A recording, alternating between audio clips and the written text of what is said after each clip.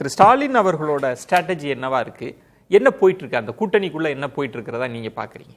திமுக என்ன நினைச்சாங்கன்னா, யாருக்கும் பெரிய ஆப்ஷன் வெளியில இல்லை, விஜய் அவர்கள் கிட்ட போனா காங்கிரஸ் மட்டும்தான் அது ஒரு ஆப்ஷனா கூட நினைக்கிறாங்க. ஆக்சுவலா விஜய் அவர்கள் கிட்ட காங்கிரஸ் பேக் சேனல் எல்லாம் பேசியிருக்கலாம்.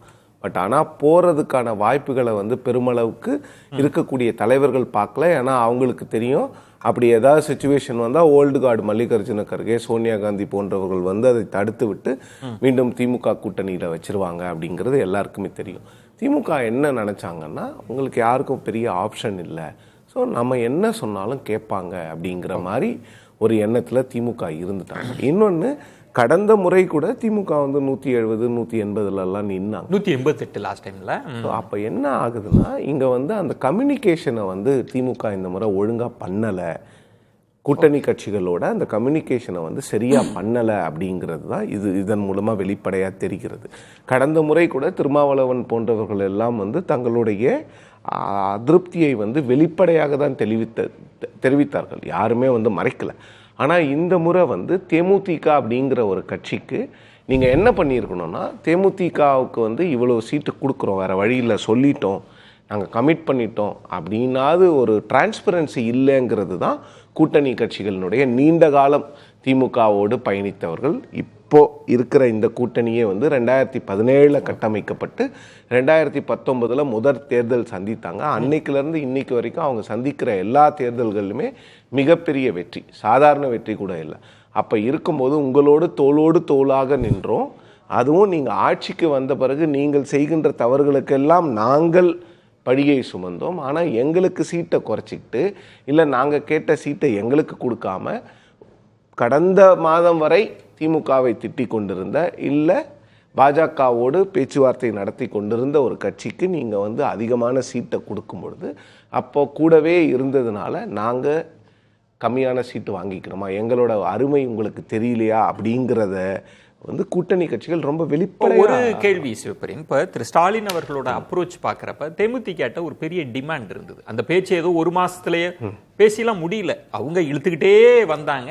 கடைசி நேரம் அங்கே பாஜக அணிக்கு போற மாதிரி தன்மை இருந்தது, காங்கிரஸ் விஜயோட போற மாதிரி தன்மை இருந்தது. அப்போ தேமுதிகவை கொண்டு வராங்க, கடுமையான பேச்சுவார்த்தைக்கு பிறகுதான் வருது. அப்படின்றப்ப திரு ஸ்டாலின் அவர்களோட அப்ரோச்ன்றது 175 நம்ம நிற்கணும் உதயசூரியன்ல, எல்லாருக்கும் ஸ்ட்ரைக்கிங் ரேட்டை அதிகப்படுத்துவோம், எல்லா அலைன்ஸை, அப்படி ஒரு அப்ரோச்சா நீங்க அதை பார்க்கல? இல்லை, ஸ்ட்ரைக் ரேட்டை அதிகப்படுத்துறது ஒரு அப்ரோச்சு, ஒரு ஸ்ட்ராட்டஜி, நான் அதை ஒத்துக்கிறேன்.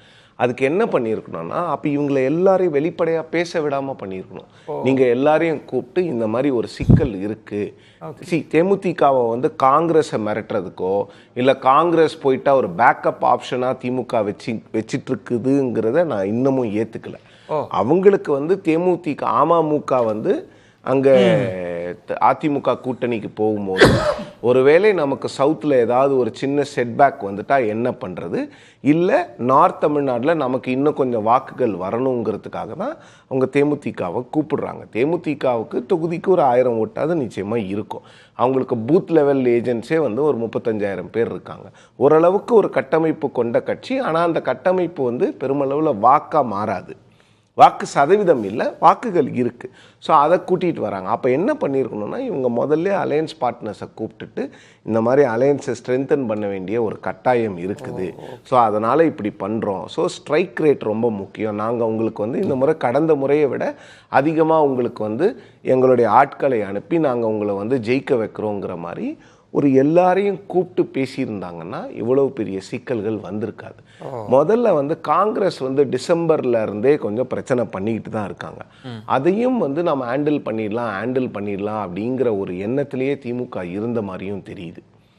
அவங்க அலையன்ஸ் பார்ட்னர்ஸை இந்த முறை வழக்கமாக எடுத்துக்கிற மாதிரி அந்த டேக்கன் ஃபார் கிராண்டட் அப்ரோச் இந்த முறை மிகப்பெரிய அளவில் ஒரு பிரச்சனையை உண்டாக்கியிருக்கு. அதனால தான் மதிமுகவினுடைய தலைவர்கள், ஐயுஎம்எல் தலைவர் திரு காதர் மொய்தீன் வெளிப்படையா பேசுறாங்க. இன்னும் 20-30 நாள் இருக்கு. போன முறையும் பேசினாங்க விஜயன். ஆனா போன முறை இந்த அளவுக்கு ஒரு அதிருப்தியை அவங்க வெளியில பேச, அதாவது கமிட்மெண்ட் குறைஞ்சிருக்கு. ஆனா எங்களோட கமிட்மெண்ட் நாங்க பிஜேபிக்கு எதிராக இருக்கணும்ன்ற. இந்த முறை என்னன்னா, தேமுதிக அப்படிங்கிற கட்சிக்கு இவங்க 6-7 இடங்கள் கொடுத்திருந்தாங்கன்னா இந்த அளவுக்கு வெளியில யாரும் பேசியிருக்க மாட்டாங்க. காங்கிரஸுக்கு அடுத்த ஒரு மிகப்பெரிய கட்சியாக தேமுதிகவை நீங்கள் கொண்டு வரும் பொழுது, அதுவும் விசிகா போன்ற பாஜக எதிர்ப்பு கொள்கையில் அவ்வளவு ஸ்ட்ராங்காக இருக்கின்ற ஒரு கட்சிக்கு வந்து நீங்கள் வந்து சீட்டு அவங்க இப்போ ஒரு 10 சீட்டு கேட்குறாங்க, நீங்கள் 8 சீட்டு தான் கொடுக்க முடியும்னு கொடுக்கும் பொழுது அப்போ என்ன ஆகுதுன்னா, அப்போ பாஜக எதிர்ப்பு பேசுகிறதுக்கு மட்டும் நாங்கள் உங்களுக்கு தேர்தலில் ஜெயிக்கிறதுக்கு வேறு கட்சிகள் வேணுமா அப்படிங்கிற எண்ணத்தை வந்து வெளிப்படையாக சொல்லுவாங்க. இதில் இன்னொன்று ஒரு கோணம் இருக்குது. இப்போ தொகுதி எண்ணிக்கையில் ஒரு அதிருப்தி இருக்குது, அதை வெளிப்படையாக பேசினதை பார்க்குறோம். இப்போ தொகுதிகள் அப்படின்றது இப்போ அங்கே திரு பழனிசாமி அவர்கள் முடிச்சிட்டாங்க எல்லாருக்குமான தொகுதிகள்லாம். இங்க எப்படி போயிட்டு இருக்கு? அது ஸ்மூத்தா இருக்கா இல்ல அதுல ஏதாவது எப்படி? இதுவே ஸ்மூத்தா இல்லாத போது அதுவும் ஸ்மூத்தா இருக்காது. பட் எல்லா ஆர்கே சார் சொன்ன மாதிரி இன்னும் நேரம் இருக்கு. இதை வந்து நீங்க இதை தொகுதி கொடுத்துட்ட பிறகு எல்லாரையும் கூப்பிட்டு ஒரு மேடையில் எல்லாரையும் ஏற்றி எல்லாருக்கும் என்னென்ன பண்ணணுமோ அந்த விஷயங்களெல்லாம் பண்ணிங்கன்னா இன்னமும் உங்களுக்கு வந்து கிரவுண்டில் போயிட்டு வேட்பாளர்கள் வந்து ஓட்டு கேட்கறதுக்கான அந்த நேரம் வந்து இன்னும் இருக்குது. இன்னும் ஒரு 10 நாளே டைம் இருக்குது உங்களுக்கு. வேட்புமனுலாம் முடிஞ்சுட்டு அவங்க எல்லாரும் போகிறதுக்கு ஏப்ரல் 6-7 தேதி ஆகிடும்.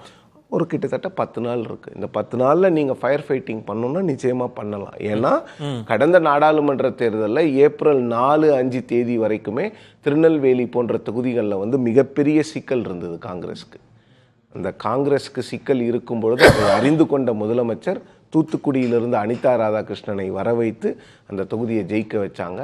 இல்லை அந்த தொகுதியில் மார்ஜினை இன்க்ரீஸ் பண்ணாங்க. திரு ஸ்டாலின் அவர்கள் பேசுகிறப்ப 234லையும் நம்ம தான் நிற்கிறோன்ற மாதிரி அதிக எண்ணிக்கையில் நீங்கள் வெற்றி பெற வைக்கணும், அப்படி வச்சாதான் அமைச்சர் பதவியெல்லாம் சீனியாரிட்டி ஜூனியர்லாம் நான் பார்க்க மாட்டேன்ற இதெல்லாம் கொடுக்குறாங்க. கூட்டணி கட்சியெல்லாம் பார்த்துடக்கூடாதுன்னு அந்த மெசேஜ்ன்றது இவங்களுக்கு திருப்தியா இருக்கா? அந்த மெசேஜ் எல்லாம் இவங்களுக்கு திருப்தியா இருக்கும். பட் ஆனால் அவங்க திருப்தி அடைகிற மாதிரி நீங்க தொகுதிகளையாவது கொடுக்கணும். எண்ணிக்கையில ஓரளவுக்கு எல்லாருமே காம்ப்ரமைஸ் பண்ணிக்கிட்டாங்க. காங்கிரஸ் வந்து 28 சீட்டு வாங்கினாங்க. ஆர்கே சார் சொன்ன மாதிரி காங்கிரஸ் வந்து இன்னும் கொஞ்சம் அவங்க வந்து அந்த விஜய் அப்படிங்கிற அந்த பூச்சாண்டி எல்லாம் காட்டலன்னா டைரக்டா போயிருந்தாங்கன்னா ஓரளவுக்கு 30 கூட வாங்கி இருக்கலாம். அந்த அளவுக்கு வந்து அங்க ஸ்பேஸ் இருந்துச்சு. அந்த குளத்துக்குள்ள முத கல்ல தூக்கி காங்கிரஸ் தான் போட்டுச்சு. காங்கிரஸும் வந்து இதுல வந்து 2 பேர்கிட்டையும் தப்பு. காங்கிரஸ் திமுகவுடைய நெகோசியேஷன்ஸ்ல நான் 2 பேர் மேலேயும் தப்பு இருக்குன்னு சொல்லுவேன். ஆனா மற்ற பார்ட்டிஸை வந்து டீல் பண்ணதுல வந்து திமுக வந்து இன்னும் கொஞ்சம் பெட்டரா அவங்க ஹேண்டில் பண்ணிருக்காங்க. எஸ்பெஷலி விசிகே அந்த 2 லெஃப்ட் பார்ட்டிஸ். ஏன்னா அவங்க கொள்கை பிடிப்போட எல்லா இடங்கள்லையும் எந்தெந்த பிரச்சனைகள் இந்த அரசுக்கு பிரச்சனை வந்த இடத்துலலாம் அரசுக்கு பிரச்சனை வராம அவங்க அந்த பிரச்சனைகளுக்கு குரல் எழுப்பினாங்க. காங்கிரஸ் வந்து போராட்டத்து காலத்துக்கே வர்றது கிடையாது. அது வேற விஷயம். அர்க்கே, எனக்கு ஒரு சின்ன தகவல் மட்டும். இப்போ சில இடங்கள்ல ரொம்ப கராரா இருப்பாங்க, எண்ணிக்கையில வந்து கராரா இருப்பாங்க. ஆனா உங்களுக்கு நாளையுமே கொடுத்துறேன். இப்ப சில இடங்கள்ல என்ன பண்ணுவாங்கன்னா 15 தொகுதின்னு கொடுத்துட்டு ஒரு 8 தொகுதி ஜெயிக்காத தொகுதியை கொடுத்து நம்பர்ஸை காமிக்கிற விளையாட்டும் இருக்கும். இப்ப கொடுத்திருக்க தொகுதிகளின் எண்ணிக்கை குறைவா இருக்கலாம். அதுல எப்படி திமுக அப்ரோச் எப்படி இருக்கு? திரு ஸ்டாலின் அவர்களோட ஸ்ட்ராட்டஜி எப்படி இருக்கு? விரும்பினதை கொடுக்குறாங்களா? என்ன தகவல் கிடைக்குது? இல்ல என்ன ஒதுக்குனாங்கன்னு நமக்கு இன்னும் தெரியல. அதனால என்ன ஆகுதுன்னு பாத்தீங்கன்னா, இப்போ வந்து ஒரு இது பேரலல் எப்படின்னு பாத்தீங்கன்னா, வாசனுடைய கட்சி என்ன பண்ணுச்சு, நேரா டெல்லியில் போய் டீல் போட்டு வேலையை முடிச்சிச்சு. அதனால தலைவர் எடப்பாடி என்ன பண்ணாருன்னு பாத்தீங்கன்னா, ஜெயிக்காத தொகுதியை பார்த்து எல்லா தொகுதியும் ஒதுக்கிட்டாரு. ஏன்னா என்னை பொறுத்தளவில் தமாக இது தமிழ் மாநில காங்கிரஸ் மூப்பனார் கட்சி வந்து இந்த தேர்தலில் ஏதாச்சும் ஒரு இடம் ஜெயிச்சால் அது பெரிய ஒரு வெற்றியாக நான் காண்பேன். அதற்கு வாய்ப்பே இல்லை. அப்போ ஏறத்தாழ அதே மாதிரி தான் இப்போ வந்து கடும்பிடித்தம் பிடித்த நபர்களுக்கு வந்து நீ அடுத்ததாக இந்த மாதிரி தொகுதிகள் தான் ஒதுக்கப்படும் என்று நான் கருதுகிறேன். ஆனால் விடுதலை சிறுத்தைகளை பொறுத்தவரை இப்போ வந்து 6 தொகுதிகளில் வந்து தொகுதிகளில் வந்து 2 தொகுதி வந்து இப்போ பொது தொகுதியாக கொடுத்துருக்காங்க. அதில் ஒரு தொகுதி தாராளமாக தோற்கக்கூடிய தொகுதியாக இருக்கலாம். ஆனால் அவர்களுக்கு வந்து அது ஒரு ஸ்ட்ராட்டஜி வச்சிருக்காங்க. தென் மாவட்டங்கள்ல வந்து ஏதோ ஒரு கேண்டிடேட் தேவைப்படும். நாகப்பட்டினத்துல ஆஃப்கோர்ஸ் இவரு ஷானவாஸ் நிப்பாரு, அது ஜெயிக்கக்கூடிய வாய்ப்பு இருக்கு. ஆனா 2வது இது வந்து அவங்களுக்கே ஜெயிக்கணும்ன்ற அந்த ஒரு எண்ணம் இருக்காதுன்னு சொல்ல முடியாது. ஆனா வாய்ப்பு இருக்காதாக தான் நான் காண்கிறேன். அந்த மாதிரி சில கட்சிகளும் இருக்கு.